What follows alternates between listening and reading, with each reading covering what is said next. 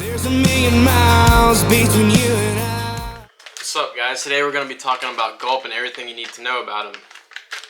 So Gulp is a soft plastic that is known for their scent, and they're used by tournament fishers, regular fishers. Everybody's heard of Gulp, but not that many people actually know how to use it.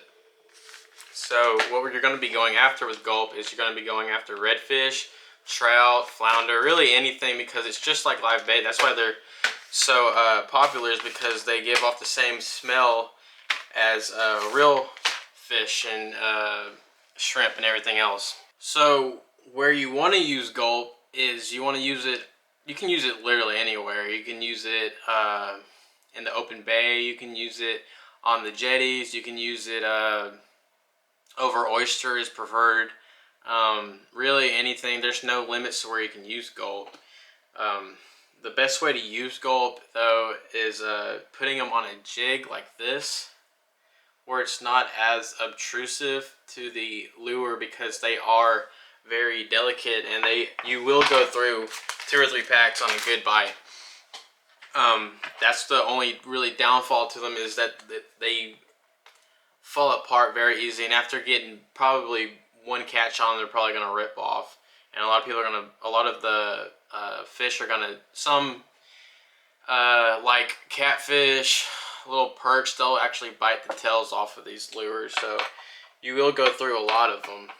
So now let's talk about how you want to rig these. So with Gulp, you can go straight to a jig head like the one that I showed you, but one of the most common and most popular ways to use this Gulp is by using a popping cork. And I'll link a video in the description of how you can rig it up to a popping cork.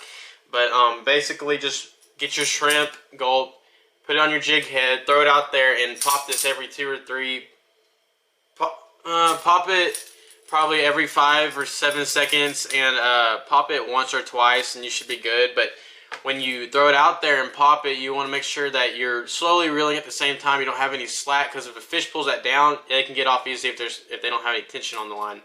When you are rigging it to your popping cork though, with the mono on the other side, I suggest nothing below 30 pounds. I personally use about 50-pound mono on the bottom of it, just because I don't want to lose anything. But yeah, I usually I'm going 50-pound braid to 50-pound mono.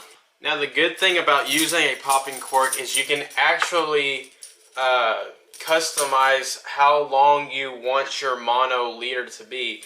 If you're going over oyster, you can make it shorter so it doesn't hit the oyster, but it stays on top. If you're fishing deeper water, you can make your leader deeper or longer. But really, it's up to you, whatever you're fishing over, structure, or anything, whatever suits your needs. Here's a short clip on how you actually want to use a popping cork when you're using Gulp.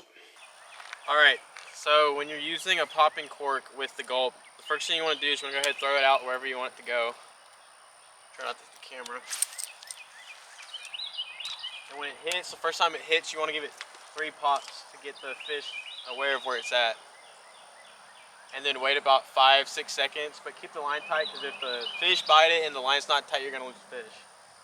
So slowly reel it in, give it little pops.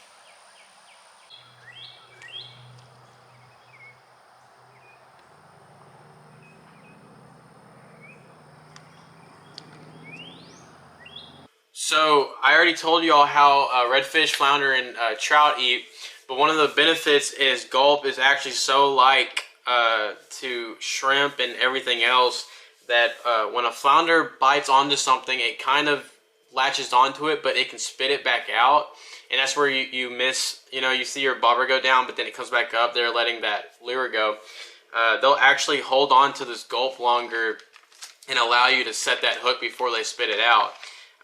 Like I said with fish, redfish, that the smell's gonna be the main thing for them. They're just gonna redfish tear stuff up. If they smell that, they're gonna get a big eat on it. And then the trout, the Gulp has these different colors that really contrast well, and that's what's gonna draw the trout to it, because they're not really smell orientated, they're sight orientated.